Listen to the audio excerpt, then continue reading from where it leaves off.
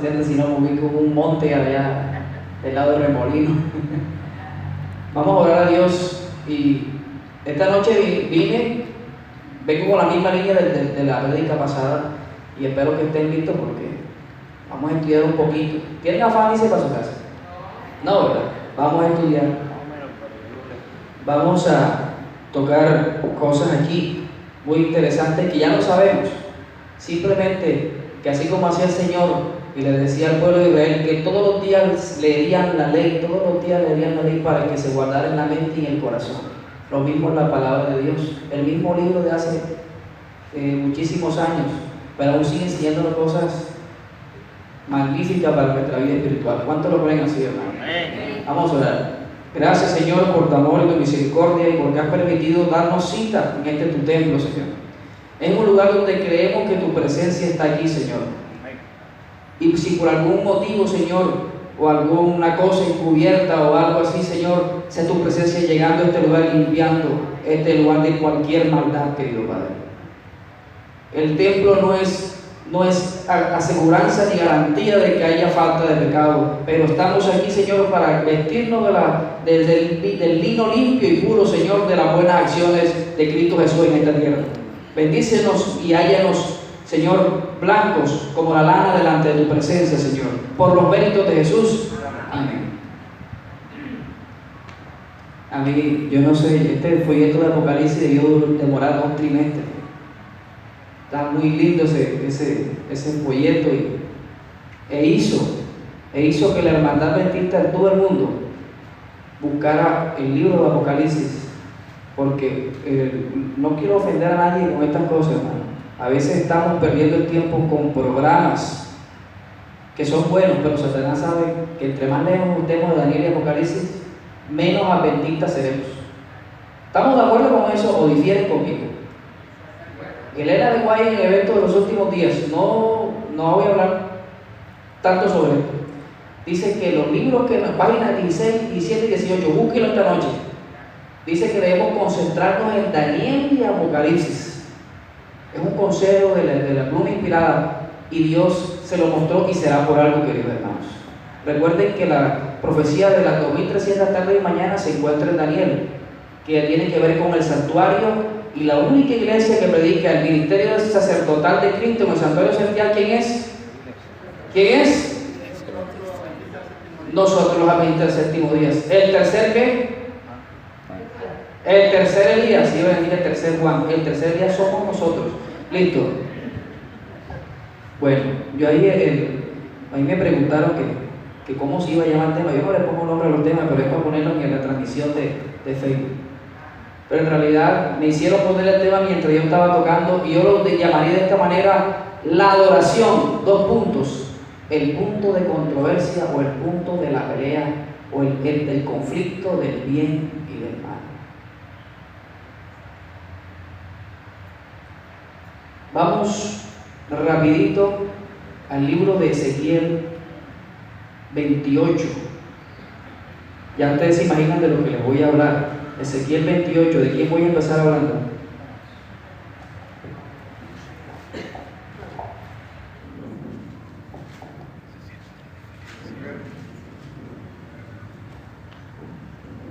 Ezequiel 28, ¿de quién se imaginan que voy a empezar hablando? Sí, Señor. Pero en este momento, cuando el Señor o el profeta Ezequiel, que habla inspirado por la palabra de Dios, en este momento está diciendo lo que el Señor había visto en este querubín protector, y dice el versículo, vamos a ver dónde está, 13. En Edén, en el huerto de Dios estuviste, tiempo pasado. De toda piedra preciosa era tu vestidura, de cornerina, topacio, jaspe, crisólito, berilo, iónice de zafiro, de carbunclo, esmeralda y oro. Los primores de tus tamboriles y flautas fueron preparados para ti el día de tu creación. Ustedes ven, cuando yo que soy apasionado de la aviación, cuando hacen un avión nuevo o hacen una ruta nueva, los esperan los carros de bomberos y le pasan los chorros. ¿Sí lo han visto por televisión, verdad? Le pasan los chorros para darle una bienvenida especial. el enemigo en ese momento, un querubín protector, cuando fue creado, el Señor lo esperó con una ¿qué? ¿Dónde hay música? ¿En qué lugares hay música? Donde hay una fiesta, una celebración. Yo me imagino cuando él apenas está teniendo conciencia de que es un ser viviente angélico y ve ese tremendo recibimiento que no es más que una expresión del amor de nuestro Dios, se tuvo que sentir muy alegre. Pero sigue diciendo nuestra palabra de Dios y dice: tú querubín, versículo 14, grande protector, yo te puse en el santo monte de Dios, allí estuviste y en medio de las piedras de fuego ¿qué? Te paseabas, perfecto eras en todos tus caminos desde el día que fuiste creado hasta ¿qué? Hasta que salió en ti maldad. Aquí hay una palabra que no concuerdo bien con eso, pero hasta que salió en ti maldad, versículo 16, a causa de tu intenso trato comercial te llenaste de iniquidad y pecaste, por lo cual yo te eché del monte de Dios y te arrojé entre las piedras de fuego, querubín protector. Entonces la redención menciona que este querubín protector anhelaba, dice que anhelaba ser como ¿quién? Anhelaba ser como Dios y tener la gloria que tiene Dios. Pero él no solo eso, muy atrevidamente deseaba entrar en los concilios de la deidad donde no le era permitido. Quería conocer todos los misterios de Dios y salió del Señor debiéndole a él. ¿Cómo les parece a usted el descaro en el cielo? ¿Y en qué consistía en la rebelión de Satanás en el cielo? El primer vestigio de pecado en su corazón, porque no fue algo manifiesto, primero nació aquí y fue: yo soy muy hermoso, estoy muy enaltecido, yo puedo ser como Dios, yo quiero ser semejante al Altísimo.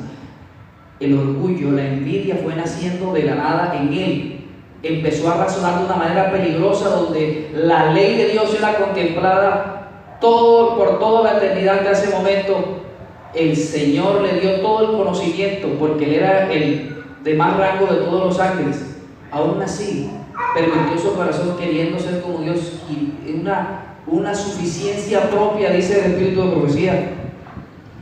Y esa suficiencia propia, hermanos, empezó los primeros vestigios de falsa adoración. Adivina quién adoraba a Satanás, a él mismo.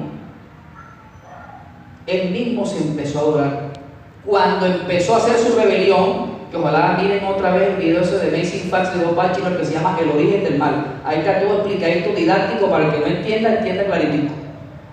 Cuando él empieza a reclutar a la tercera parte de los ángeles, que es el que logra convencer, es increíble cómo la pluma inspirada dice que esos ángeles que cayeron nunca se imaginaron, dice, parece se ve la tristeza de ella escribiendo, los ángeles que cayeron nunca se imaginaron estar de parte de la hueste, de los principados de las tinieblas, así lo dice. Vivían perfectamente la ley de Dios hasta que el día no se dieron cuenta y ya estaban en el otro bando.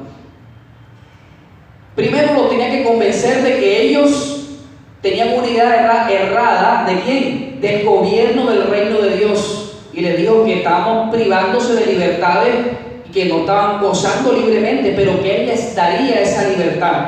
Pero esa libertad iba a costar algo: seguirlo a él y darle a quien la adoración que él cree que se merecía en ese entonces. Entonces ese modo de pensar que tenía el enemigo empezó a transmitírselos a esos ángeles y ya tenían en su cabeza: sí, él procura el bien de nosotros, quiere libertad. Empezaban quizás a maquinar en cosas que no tenían, digamos, claro que era, porque su felicidad era adorar al Dios de los cielos siempre bajo su orden y su dominio, que era total perfección en el cielo. Transmitió su manera de pensar a estos ángeles, y dice la Biblia que no se halló lugar más en ellos, ¿dónde? En el cielo, y fue arrojado el diablo con la tercera parte de los ángeles. Empezó en él y empezó a propagarlo. ¿Y dónde cree que tenía que llegar? Dice un himno que el pecado, un himno dice, una parte dice que en mundos donde el pecado no entró, así se, ¿verdad? Sí. Que en esos mundos el enemigo intentó, pero nada, pero llegó a la tierra, sedujo a Eva con mentiras revueltas con verdad, y Eva cayó. Y empezó otra vez el enemigo a inculcar en la mente del ser humano que la adoración Si no, él sí decía, si la adoración no es para mí, entonces no será ni para Dios ni para ninguno. Y verán cómo entonces Satanás empieza a disfrazarse en eventos para adorar, en la adoración falsa, a la medida del transcurso del tiempo, pero en especial vamos a hablar del pueblo de Israel, que entre otras cosas, su capital es Jerusalén, y somos nosotros los adventistas del séptimo día hoy día. Jerusalén, somos los adventistas del séptimo día en este tiempo, hermanos. Todo, como les dije la vez pasada, todo lo que pasó en el pasado, valga la redundancia, se repetirá igualitico, así tal cual. Quizás en los tiempos puede ser, no estoy asegurando nada. Vamos a responder la siguiente pregunta, hermanos. ¿Qué provoca el enojo del Señor? ¿Quién me dice? A ver, nada más que me diga que y ya, no se vayan a poner a hablar. Díganme una sola palabra. ¿Qué creen? O la frase, ¿qué creen que provoca el enojo del Señor? Por acá dijeron idolatría, ¿qué más? Desobediencia. A veces están, dice, ¿cuántas cosas? 3 cosas, aborrece a Jehová. 7 cosas, aborrece a Jehová, la lengua mentirosa, pero hay un montón de cosas, barbaridades que dicen ahí. Bueno, entre esas cosas hay algo que el Señor aborrece y seguirá aborreciendo. Porque nos dicen que nosotros somos del viejo pacto, pero ustedes se imaginan que en el Nuevo Testamento, usted le da una revisada al Nuevo Testamento y casi no se está hablando de adoración, porque Jesús, entre otras cosas, sabe que en el momento cuando Él llega a la tierra por primera vez, ¿se acuerdan cuando habla con el joven rico, verdad? Y empieza a decirle que guardara los mandamientos, que ahí está la vida eterna, y que Él empieza a decir, no hurtes, no diga falso testimonio. ¿Y qué dice el joven rico? Señor, pero si todo esto guardado desde mi juventud. El Señor, se puede decir que él no toca los primeros 4 mandamientos que hacen alusión a lo que tiene que ver con la adoración a Dios, porque el Señor quizás sabía de que Él en eso sí estaba bien, que su problema estaba, y ahora les digo cómo usted puede deducir eso, porque Él le dijo, anda, vende todo lo que tiene y dáselo a los quién, y el pobre es el prójimo, ¿verdad? ¿Y qué pasó? Esto está maluquito, yo me voy. Ya le tocaron el bolsillo y no quiso. Quiere decir, y puede usted deducir con facilidad, de que el problema del joven rico era con el prójimo, no tenía problema con el Señor. Iba el sábado a la iglesia, tenía como Dios el primer lugar, pero el mandamiento 5 en hacia adelante, en uno de esos 6 había un problema, querido hermano, y era la falta de amor. No tenía un problema de adoración, porque es que en el viejo pacto, en el viejo testamento, se dice cómo se debe adorar al Señor, pero más se dice cómo no se debe adorar al Señor. Y con esa cátedra, ¿usted cree que amerita colocar más cosas de Mateo hacia adelante? Ahí dice muchas cosas el Señor. Basta con ama a Dios con toda tu fuerza, con toda tu mente, y amarás a tu prójimo como a ti mismo. Te lo dijo en casa de José Arimatea. Se lo dejó claro, porque él sabía y José Arimatea, entre otras cosas, sabía que era el Cristo. Entonces, ¿qué dice la pregunta? ¿Qué provoca el enojo del Señor? Vámonos a Éxodo 32. Vámonos a Éxodo 32, empezando por allí. 32, versículos 10 y 11. Y les leo lo siguiente. Dice aquí, con una pregunta. Ahora, 10. Ahora pues, deja que se encienda mi ira contra ellos y los consuma, pero de ti yo haré ¿qué? Una nación grande. Entonces Moisés oró en presencia de Jehová, su Dios, y dijo, ¿por qué Jehová se encenderá tu furor contra el pueblo, el que sacaste de la tierra de Egipto con gran poder y con mano fuerte? Pongámonos en contexto de ese momento. ¿Usted sabe lo que estaba pasando ahí? ¿Qué estaba pasando? ¿Cómo?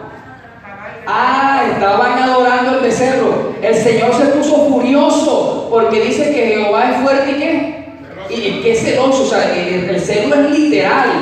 El Señor no quiere adoración desviada para otra parte, sino para Él. Como ya se vieron en la adversidad, empezaron a hacer dioses que ellos pudieran ver, que pudieran palpar, como dice por ahí el adagio popular, que inclusive lo sacan de Tomás, hasta no ver, no creer, ¿cierto? Eso mismo lo hicieron efectivo en ese momento. Y el Señor fue su ira, tanta su ira. Es que no se admitía ese tipo de errores porque ya venían de ver esos milagros tan portentosos de abrir el mar rojo. Quién sabe cuántos millones de litros estaban aguantando las huestes angélicas para que ellos vengan a salir con esa charada. Pero pare de contar, nosotros hacemos la misma cosa.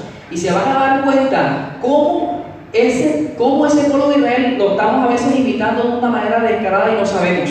Y ese es el punto, entre otras cosas, porque el pueblo que estaba allí era un pueblo que se dejaba llevar de lo que más sobresalía.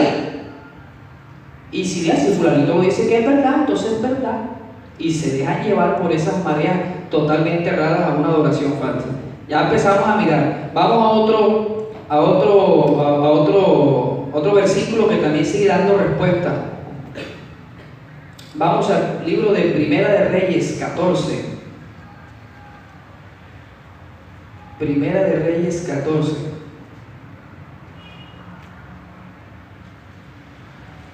(14, 22 y 23). Dice aquí, recuerdan que luego de que Salomón muriera, el reino de Israel se partió en dos. ¿El reino de qué? De Israel al norte, y el reino de qué? De Judá. Si usted empieza, hermanos, estudiense Samuel, Primera, Segunda de Reyes y las dos crónicas, y se darán cuenta qué es lo que no debemos hacer. ¿Y dónde está? En el viejo pacto. ¿Qué es lo que no debemos hacer? ¿Acaso Dios cambia de Mateo para adelante? Si es que los judíos y el mismo Cristo citaba las escrituras de Malaquías hacia atrás. Cristo, que era judío, pero era el varón y el cordero perfecto para el sacrificio del nuevo pacto, que en realidad es que el cordero verdadero murió y ya no tenían que hacer sacrificio por el pecado. Ese era el fin del pacto antiguo. Pero no quiere decir que el Señor no se molesta. Y eso lo vamos a ver en un versículo en el Nuevo Testamento, que el Señor no se molesta con estas cosas. Dice el versículo 22. Judá hizo lo que hizo lo malo ante los ojos de Jehová, y lo enojaron con los pecados que cometieron, más que todo lo que hicieron sus padres. 23. Dice: también ellos edificaron lugares altos, estatuas, imágenes de acera, todo collado alto, debajo de todo árbol frondoso. Entonces la desobediencia lleva a la idolatría. Es una manera contundente de sacar el enojo al Señor. Vamos rapidito ahí al libro ahí mismo, 16, al mismo libro, 16, 1 y 2.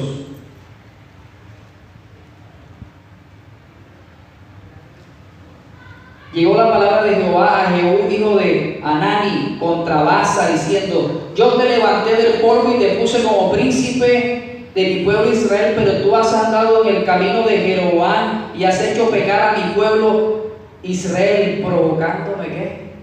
Provocándome a ira con tus pecados. Por eso yo barreré la posteridad de Baasa y de su casa, y voy a hacer con su casa como a la casa de Jeroboam, hijo de Nabat. Ya nos está quedando claro que la adoración del Señor desviada, la adoración que debiera ser desviada hacia otras cosas, va a causar la ira del Señor. Ya verán cómo vamos a llegar ahora. Quizás usted no se va a dar cuenta. Vámonos al libro de Ezequiel 20. Ezequiel 20, profeta Ezequiel, después de Daniel. Dice el versículo 21: pero los hijos se rebelaron contra mí, no anduvieron en mis estatutos ni guardaron mis decretos para ponerlos por obra, por los cuales el hombre que los cumplía vivirá, y profanaron mis sábados. Dije entonces que derramaré ¿qué? Mi ira sobre ellos para consumar mi enojo en ellos en el desierto. Pero es que claro, si no están adorando al Señor, y el día que se coge para adorar al Señor es el sábado, si no están adorando el sábado, ¿a quién pueden estar cosa que esté por fuera del Señor es una adoración totalmente falsa. ¿Y qué va a provocar? La ira del Señor. Si está viendo claro cómo va cogiendo color el asunto, ¿verdad? ¿Por qué el Señor mete el sábado aquí? Porque es que es el lugar donde nosotros nos reunimos. ¿A qué? A adorarle. Y si no están, ¿dónde se hacían los cultos a Cen y a Baal? En lugares altos, en palos frondosos que se pudieran esconder, y ahora verán para qué se escondían. Ahora ven, a pesar de que la gente iba en tumultos allá. Miren, y Ezequiel 7, 3, 8. Te dice, ¿por qué hablo tanto de Ezequiel? Porque Ezequiel es duro, y Ezequiel sí dice cosas que van a ocurrir, de todo este tipo de cosas, en la consecuencia, y para que podamos enderezar el camino, que no es fácil. 7:3 dice: ahora será el fin sobre ti, pues enviaré todo mi furor, y te juzgaré según tus caminos, y pondré sobre ti tus abominaciones. Vamos a ver qué abominaciones. Aquí lo dice. La misma palabra se interpreta y se responde. Vamos a ver las abominaciones. En Ezequiel 8, que hablamos la vez pasada, 8 y 9, en el versículo 5 dice: hijo de hombre, alza ahora tus ojos hacia el lado del norte. Alcé mis ojos hacia el norte y vi al norte junto a la puerta del altar. ¿De dónde? La puerta del altar. Donde estaban era en la calle cualquiera de Jerusalén. Estaba en un lugar sagrado. Y vi junto a la puerta del altar aquella imagen del celo, la imagen del celo en la entrada. Me dijo entonces: hijo de hombre, ¿no ves lo que estos hacen, las grandes abominaciones que la casa de Israel hace aquí para alejarme de mi santuario? Hermano, cuando dicen aquí la imagen del celo, ¿usted sabe qué es lo que estamos refiriendo con eso, verdad? La imagen del celo, ¿usted sabe qué es eso? Una imagen sexual que muestra, o sea, no quiero ser más explícito, ya ustedes tienen que saber de qué estoy hablando, en el lugar donde la presencia de Dios llega. Eso mismo. Exactamente.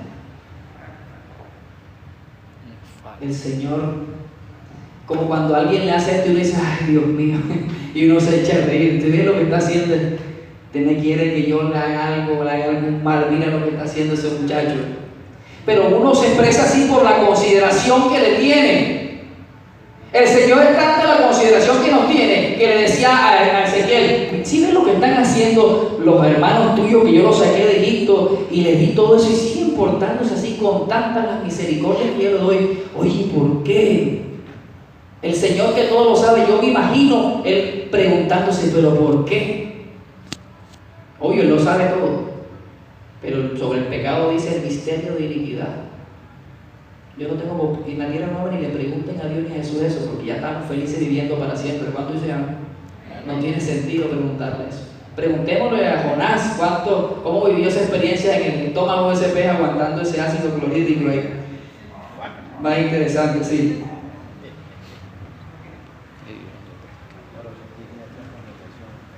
Ahora viene la otra parte de los que no participan. En el capítulo 9 del mismo libro de Ezequiel, ¿se acuerdan que hablamos del varón vestido de lino limpio, verdad? ¿Y qué tenía en la cintura? ¿Qué tenía en la cintura?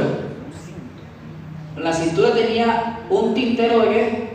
De escribano. Con él iba a poner la señal. Pero ¿qué era lo que hacían a los de la señal? Dice aquí en el versículo 4 del capítulo 9, le dijo: pasa por el medio de la ciudad de Jerusalén, ¿oyeron? Por el medio de Jerusalén, y ponles una señal en la frente. ¿Y dónde le van a colocar en la marca de la bestia a los perdidos? ¿Dónde? ¿En la mano o dónde? ¿O en la frente? Pero es que el Señor también tiene su marca y también se va a colocar ¿dónde? En la frente, ¿cierto? Entonces dice aquí: y ponles una señal en la frente a los hombres que ¿qué? Que gimen y claman a causa de todas las abominaciones que se hacen en medio de ellas. Hermano, yo les voy a decir una cosa, que quiero que me entiendan bien. Yo no estoy señalando a nadie por algo en particular ni nada, pero estas cosas se tienen que decir. Últimamente ha habido una cuestión en redes sociales y en muchas partes donde se está hablando mucho del sábado, se está cuestionando su veracidad, su vigencia. ¿Cierto? Ahí pueden ver un padrecito Luis Toro, que anda con la Biblia de manera hábil, puede torcer de una manera terrible y poder convencer a alguien quizá que está todo tembeleque, hermanos. Algo sí, hermanos, sí es cierto. Si en Jerusalén pasaban cosas abominables, aquí no es la excepción, hermano. Aquí no es la excepción. Y si no decimos nada de lo que está pasando, seremos cómplices y la sangre de Dios llegará sobre nosotros, caerá sobre nosotros, hermanos.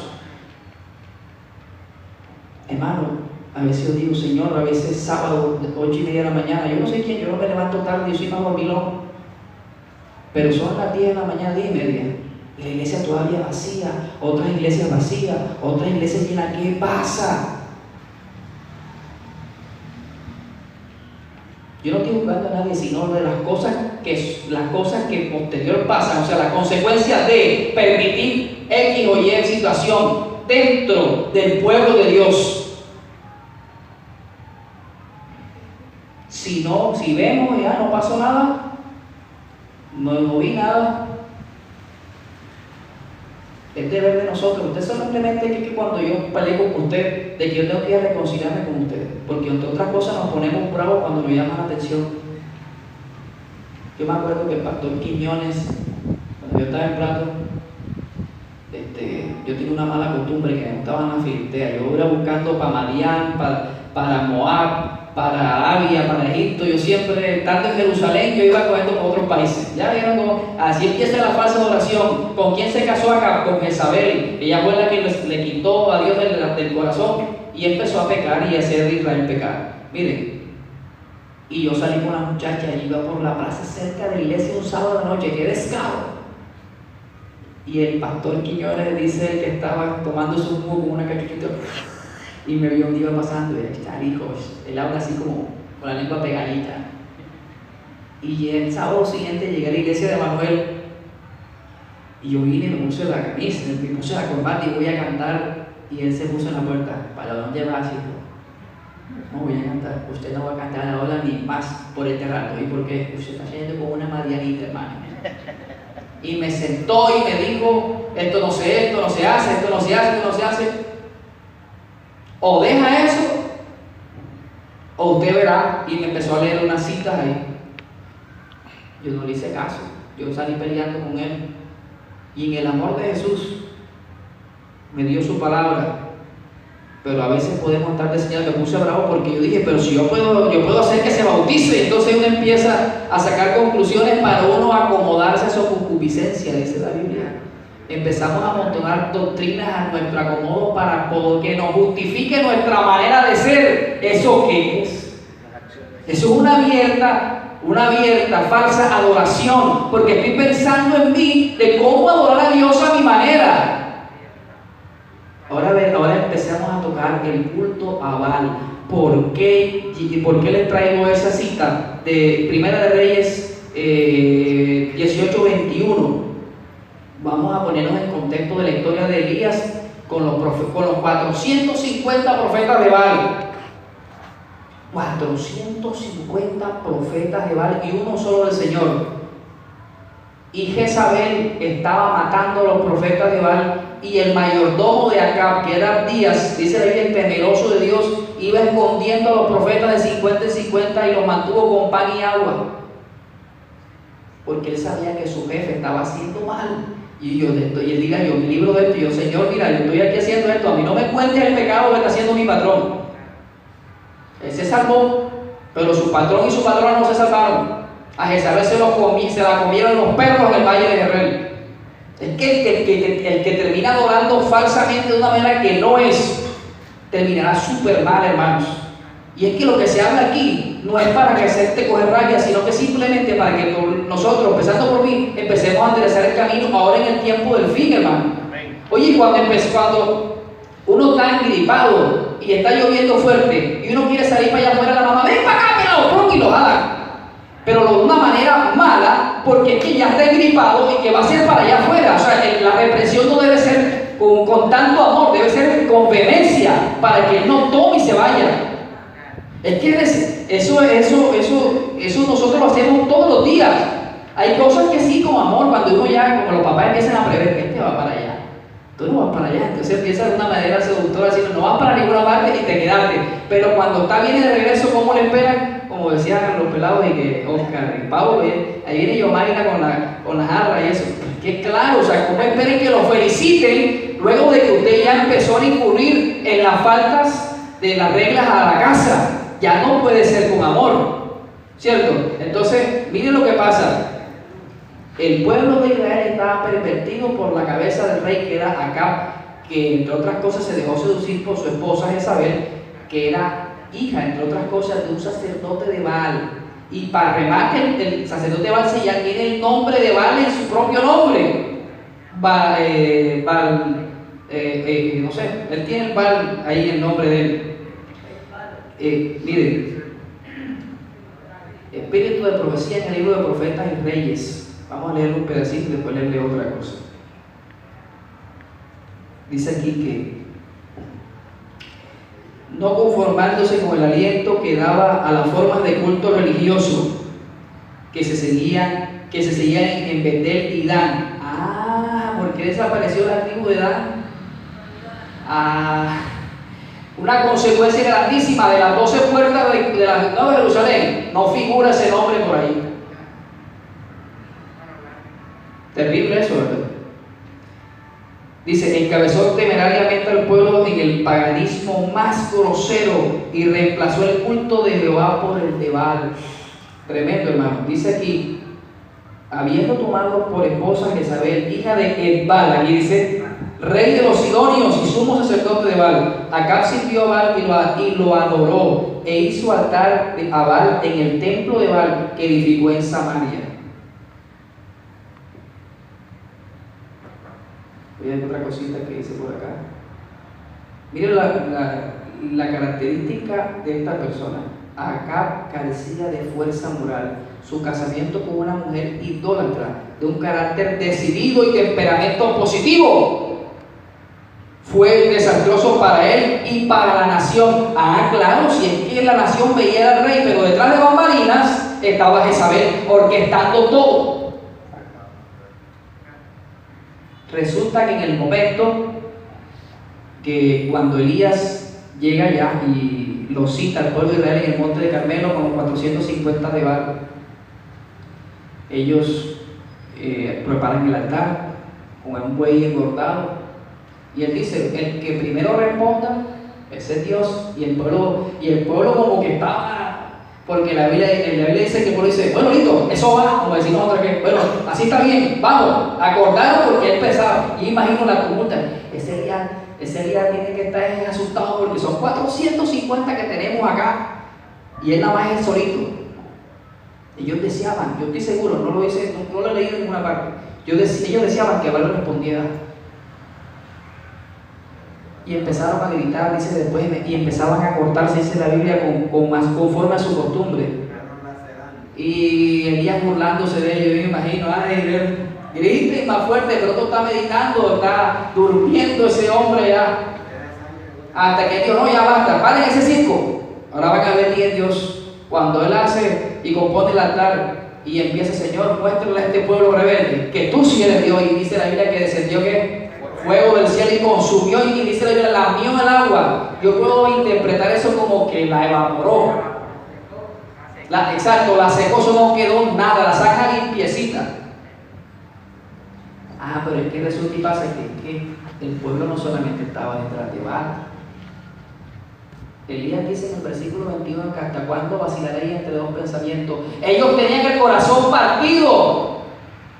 Adoraban a Dios, iban a adorar a quién, a Baal, y ya verán por qué. Ya les voy a leer algo aquí de una nota que traje por allí, entre otras cosas secular, pero tiene que ver con la historia de Baal y cómo hacían en la adoración. Miren esto. La pregunta que hago es: ¿por qué era tan atrayente adorar a este falso Dios? Dice aquí lo siguiente: tal vez muchos israelitas hayan preferido practicar una religión que les exigiera poco. Pero la cuestión no es eso. Cuando tú lees eso, dice que buscaban una religión que les exigiera poco. Es como que enseguida pensaran: lo que pasa es que el Señor tiene muchas leyes, las leyes de esto, hay ese montón de fiestas, entonces no termina la una cuando ya empieza la otra. Entonces, digámoslo así, que ya estaban cansados y querían otra cosa. Entonces no estaban adorando fielmente a Dios de corazón, porque eso no les debía parecer a ellos de ninguna manera agravioso y de carga. Sí, van captando lo que estoy queriendo decir, ¿verdad? En ese momento empezaron a descubrir cómo eran que eran los cultos de Baal, y ya les voy a decir cómo eran esos cultos de Baal. Yo sí decía con razón. Si rendían culto a Baal, se libraban de observar la ley, lo que incluía guardar el sábado y una multitud de restricciones morales. Levítico 18. ¿Qué dice? Uno de ellos es que el varón que se acueste con otro varón, y un montón de cosas que no descubrió la desnudez de su mamá, porque es su mamá, y eso es del Antiguo Testamento, y el que lo haga hoy, eso es una abominación, hermano. El incesto, las relaciones sexuales incestuosas, eso ante la sociedad que no creyó es mal. Ahora que tal para Dios, Rey de los cielos. Dice aquí: es posible que no voy a leer un pedacito donde dice exactamente eso aquí. Ante todo, el culto de Baal era atrayente a la carne. Las prácticas sensuales le excedían el deseo de poseer abundantes manadas y cosechas. Eso era mentira. Ellos estaban atrás de eso, de complacer sus deseos carnales. Este hecho se hace parte de muchas figurillas que se han desenterrado, que tienen rasgos sexuales exagerados. Rasgos sexuales exagerados. Ustedes imagínense una cantidad de cosas horribles que harían entre orgías y muchas cosas más. Y representaba excitación sexual, lo que hablamos ahorita, la imagen del celo en el santuario.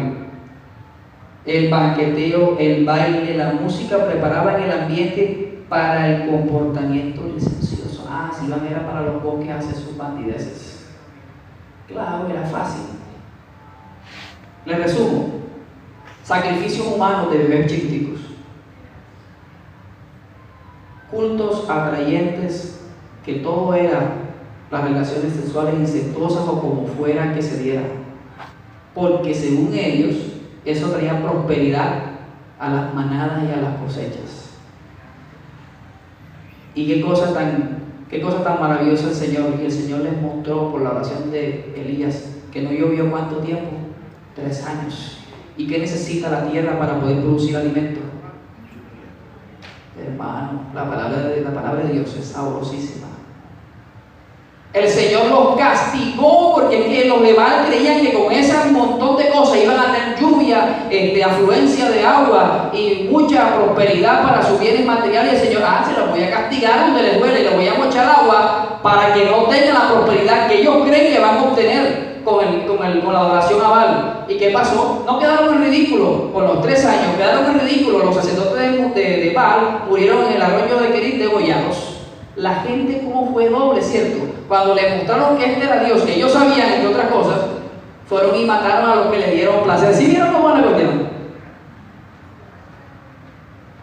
Y es la misma cosa va a pasar cuando en las plagas postreras, cuando se derrame la copa sobre la Gran Babilonia y caiga la oscuridad, los poderes políticos retirarán su apoyo. ¿Eso lo dice el folleto? Retirarán su apoyo porque fueron engañados y van a buscar hacerles daño entonces a ellos. Es lo mismo que pasó aquí, ¿verdad? Todo se va a calcar igualitico. Lo que pasó acá se va a calcar allá, igualitico. Vamos a hablar del libro de Apocalipsis y verán que el Dios de los cielos sigue siendo el mismo en nuestra era. El libro de Apocalipsis 2, capítulo 2, versículo 14, creo que ese es el mensaje a Pérgamo. Capítulo 2, exactamente, sí. Capítulo 2, versículo 14. pero tengo unas pocas cosas contra ti, que tienes ahí a los que retienen la doctrina de ¿qué? De Balaam, que enseña a Balaam poner tropiezo ante los hijos de Israel. ¿Qué hace el Señor citando cosas del Viejo Testamento? Porque les está recordando tanta historia que ustedes leyeron de que por hacer lo malo se morían y ustedes ya están repitiendo lo mismo. Dice aquí, a comer cosas sacrificadas ¿a qué? A los ídolos y cometer fornicación. La fornicación te la dijimos ahora que era un elemento esencial del culto. ¿A quién? Y a cualquier ídolo del Medio Oriente, hermanos. Dice aquí entonces fornicación, y que también retiene la doctrina de los nicolaitas, la que yo aborrezco. ¿Sabe qué era la doctrina de los nicolaitas? Que es la de moda hoy día, la mezcla de la verdad con mentira. Pasa que los nicolaitas, esos señores, para no ser perseguidos por el Imperio Romano, también hacían prácticas paganas dentro de la iglesia primitiva. No, esto se ve como que no se ven tan amenazantes, porque ellos copiaban cosas. Entiéndalo como por las iglesias evangélicas que adoran el domingo. Tienen algo en común con la iglesia popular católica, que es ir a misa los domingos, y las iglesias evangélicas van a sus cultos y las reuniones ¿a cuándo? Los domingos es la reunión central. Entonces copiaron cosas de la sociedad de ese momento para que no fueran vistos como amenaza. Pero los que sí, hay uno de los mensajes que el Señor les dice que está firme, porque ellos están siendo perseguidos, los van a poner unos en las cárceles, pero es que ellos sí tuvieron en firme de que todas sus prácticas totalmente aceptadas por el Señor en su adoración iban a ser perseguidos. Ahora la pregunta que yo les hago, ¿estamos nosotros preparados para todo esto que se nos viene, hermanos? A mí me habían dicho aquí, que habían hablado no sé qué día, de que el Señor, por el bien de la misma persona, los va a llamar al descanso, porque todas esas cosas no las van a soportar. Y esa persona dijo no estar de acuerdo. Pero hermano, sabe que hay cosas que no se discuten. Y esto es algo que no se discute. El Señor va a preservar a uno para vivir todo ese momento y para que estén en los 144,000, y a los otros, ya faltando poquito para que se acabe todo, irán al descanso y no demorarán mucho y enseguida despertarán con la gloria de Dios, ¿cierto? Vamos a empezar ya, para terminar, a empezar a comparar el asunto de la adoración hoy día.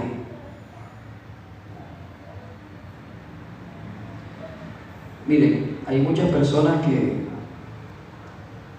no se meten a evangélico, hablando así, porque ellos no tienen claras las denominaciones. Yo no me meto a eso porque ahí prohíben muchas cosas. Y si es la iglesia tuya, y que no trabajan los sábados, ¿tú crees que yo voy a perder un empleo de eso en Bavaria que pagan 3 millones de pesos para yo pasar hambre ahí metido con la Biblia bajo el brazo? ¿Tú me crees a mí bruto de verdad de yo hacer eso? Pensando como gente de esta tierra. Gracias a Dios nosotros pensamos como ciudadanos del reino de los cielos. Que esto es pasajero, que nos iremos, que no importa si pasamos hambre, frío, calor, vamos a vivir con Cristo por la eternidad. 1000 años, porque esa es otra cosa. Vamos a vivir en el cielo por la eternidad, hermano. No, 1000 años nada más y después Jerusalén se viene. Acuérdense de eso. 1000 años nada más en el cielo y después el Señor se viene con nosotros. Se trae la gloria del cielo, es el mismo Dios, así que pues podemos decir que este será el cielo. ¿Cuántos dicen amén, hermano? Amén. Y cómo, hermano, no se crea usted como la iglesia de la Odisea que somos nosotros, que nos creemos los más porque tenemos la doctrina del santuario, tenemos la verdad, y eso nos sentimos es que estamos en patineta, y los demás hermanos. Sépase que la iglesia adventista del séptimo día es la iglesia escogida por Dios, y digamos amén.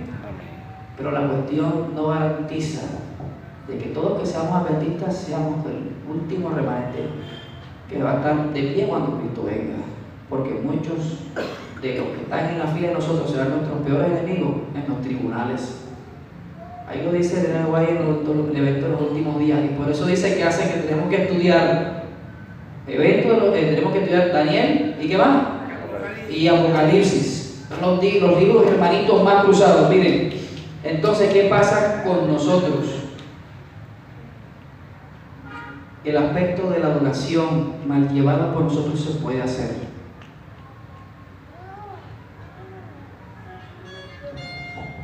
Puse los datos y está sonando.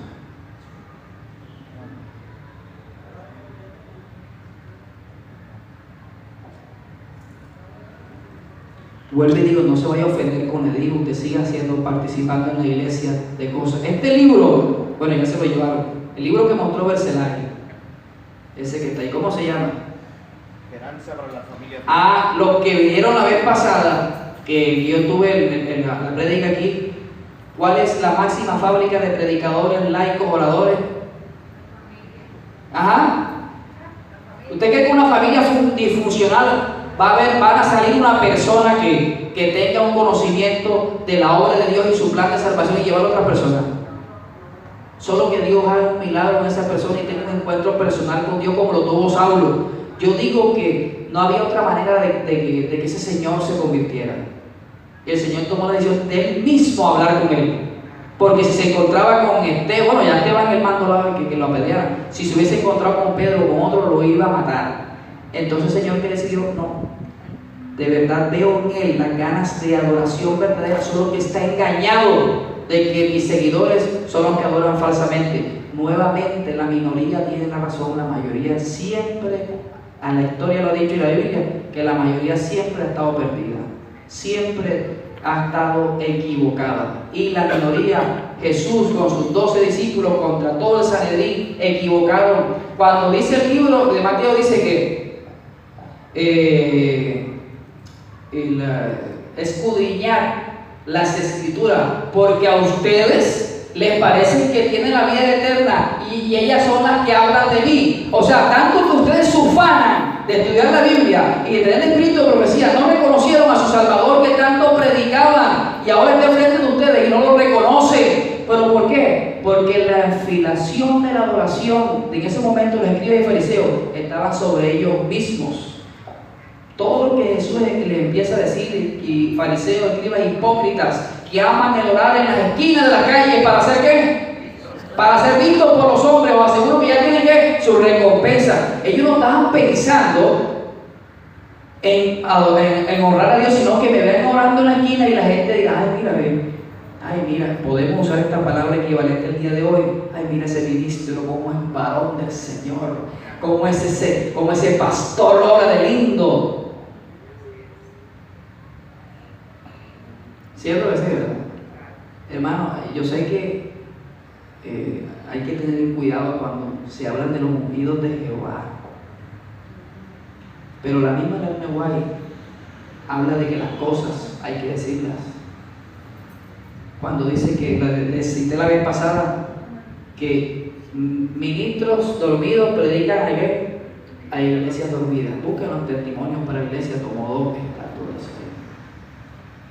Queridos hermanos, en estos momentos de nuestra vida cristiana, estamos nosotros de verdad enfilando nuestra oración al Señor.